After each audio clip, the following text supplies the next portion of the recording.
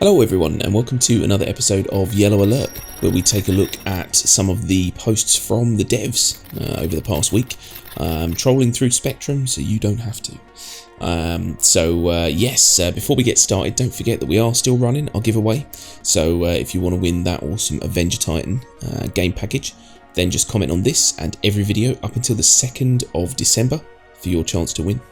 And don't forget to pop on over to Tiberius Stellar Industries, which is the organisation that has sponsored this awesome giveaway. So if you want to go and show them some love, or maybe have a look at more of what they do, then the link will be in the description. Awesome. Let's get started.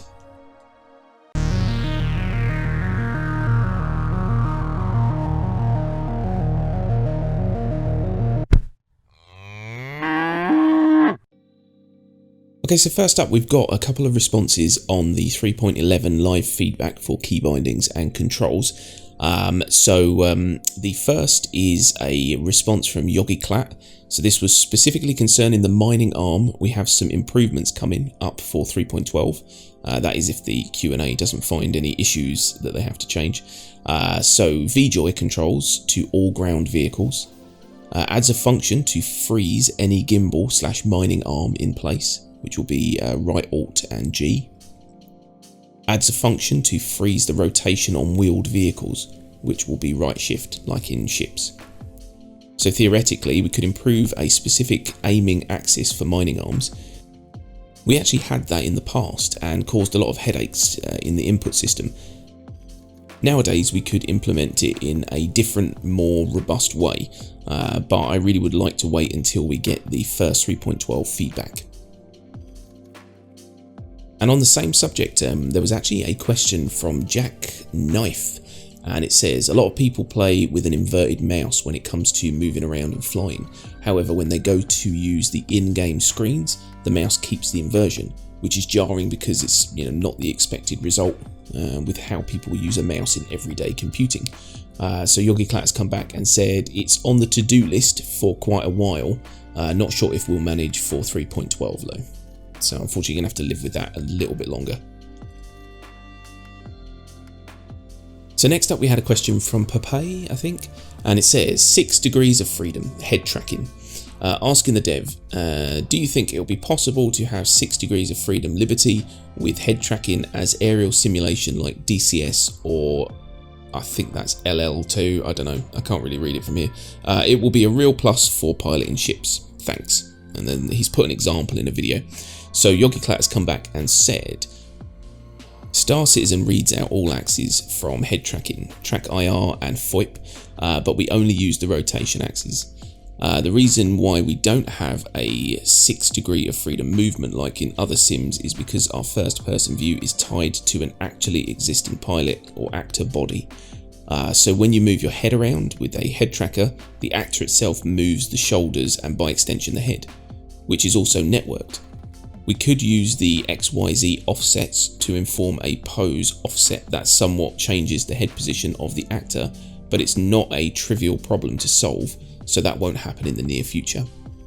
But we will definitely try to not decouple the head from the body. So that naturally restricts the movement already. Up and down, e.g. is not easily possible in a sitting position. That said, 3.12 will ship with a couple of head tracking updates. One thing we added is allowing head tracking in the external f4 camera. This includes the XYZ axis. So next up we had a question from Tal, and it says pressurized, depressurized controls plus firefighting equipment. With the announcement that the Mercury Star Runner has physicalized controls, have you thought to add controls to pressurize and depressurize ship interiors? What about automatic protocols to seal and lock rooms where a fire breaks out, etc, etc. So this is a response from Leo, and he says, yes, we've certainly been discussing how to fight fires as well as igniting them. There will be two main ways to fight fires, in person with an extinguisher and remotely by controlling the environment. A first measure is personal extinguishers. This will involve bringing down the temperature and removing the oxygen locally by pointing the extinguisher towards the base of the fire. We're not going to make a difference between extinguishing multiple types of fires. It will be difficult enough trying to contain a fire. The tech we envision is a dense deionized water mist, which releases microscopic water droplets, dense enough to remove oxygen. The mist being water brings down the temperature. The water being deionized means it's usable on electrical fires as well. Fighting fires in person will indeed require special gear and tools. The aforementioned extinguisher could, for example, come in different shapes and forms. Since fire will feed systemically into the temperature and atmospheric composition, consuming oxygen, producing toxic fumes, etc., we will be able to leverage some of the existing actor status tech and gear. So for protection against the smoke and being able to breathe, a helmet will usually do. If you have enough oxygen in your tank. If you don't have any protection, you might start to suffocate quickly. Temperatures, on the other hand, will need specialised gear for larger fires. The existing environmental suits will, for example, protect you up to a certain point. We will, however, need suits that can protect against higher temperatures for fighting fires.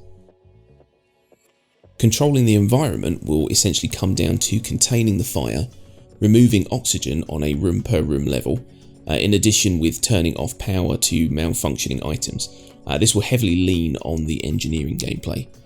Fire will not spread through closed doors. Closing them will help contain a fire. Just make sure you're not locking anyone inside to suffocate and burn. Life support will filter out toxic gases and add oxygen. If someone's fighting a smaller fire inside without a dedicated oxygen supply, you might want to keep it on. Otherwise, adding oxygen will just keep the fire burning. Malfunctioning items have a chance to cause fire through the damage system.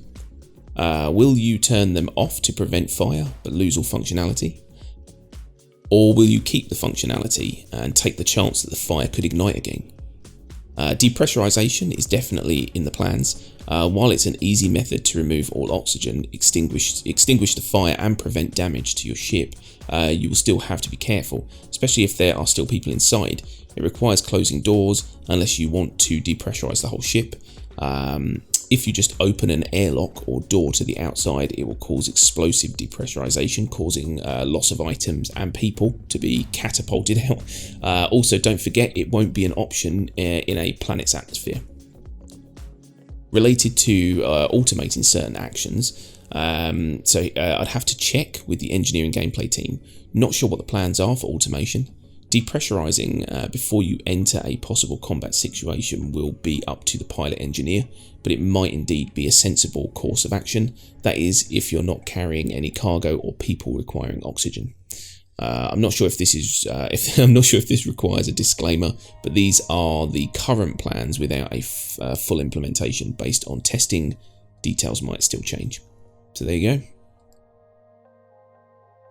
And we had a second question from Zigger2004, which actually said, how dangerous will fires actually be? Leo's come back and said, very. While not entirely transferable to spaceships, we've been looking at fires in submarines as a reference. I don't want to be there. And yes, I can tell you that, any fire in an enclosed space that you cannot escape from is a massive risk.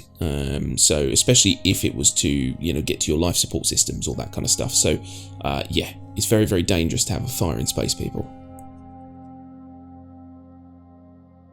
So there was also a few questions that were asked on another question, space break, analog versus digital, etc, etc.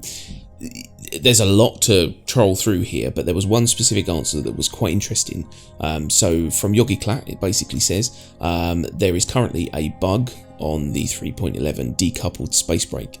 The space brake in 3.12 will simply slow the ship down without changing the direction of the velocity vector. That means all the axes will reach zero at the same time, so you essentially won't be kind of handbrake turning or doing anything weird when you apply the space brake. So that's interesting to know. So last up, we've got a statement really from Decoupled. You people and your names. So it was Sabre skins do work with the comment, but are currently bugged. So he's got an update here that says they are supposed to work with the comment, but there is currently a bug getting in the way. So we had a response from Xylo, which indeed confirms this. It should indeed work with the Comet, however a bug is preventing it from working properly. The team is aware and will work to fix it, so that is good. And that is it. So that's all the kind of reasonably important stuff from the devs this week. If there's anything that we've missed, do let us know in the comments. It's always good, you know, if there's stuff that's kind of passed us by that you think is interesting, yeah, do let us know. And also get commenting, because if you want to win that Avenger Titan game package, then you need to comment on this and every video up until the 2nd of December. Don't forget to go and show Tiberius your love, because if it weren't for them, we'd have nothing to give away. So yeah, awesome bunch of people. But that is pretty much it. So if you like this video, don't forget to hit that like button and subscribe for more Star Citizen content. Hit that bell so you can get notified of our newest videos and all the good stuff coming your way. But that is it. So thanks very much everyone for watching, and we'll see you again soon. Bye bye.